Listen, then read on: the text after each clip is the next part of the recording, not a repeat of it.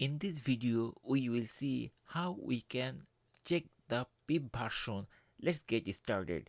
So at first we need to open the command prompt. We can click the Windows menu and then we can type cmd and it will show the command prompt from there.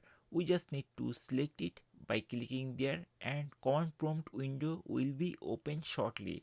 Once command prompt window is open properly, then we need to type on command. The command, it starts with pip, pip, and then there is a space, and once the space is there, then we need to type two double dash and then version.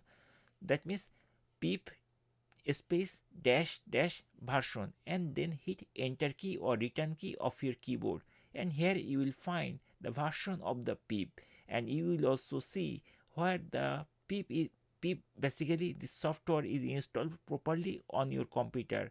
Here we are seeing this is the location of my computer where pip is installed properly, and finally it is also showing the version of the python which is installed on my computer. And that's it. In this way we can easily find the version of pip on our Windows computer.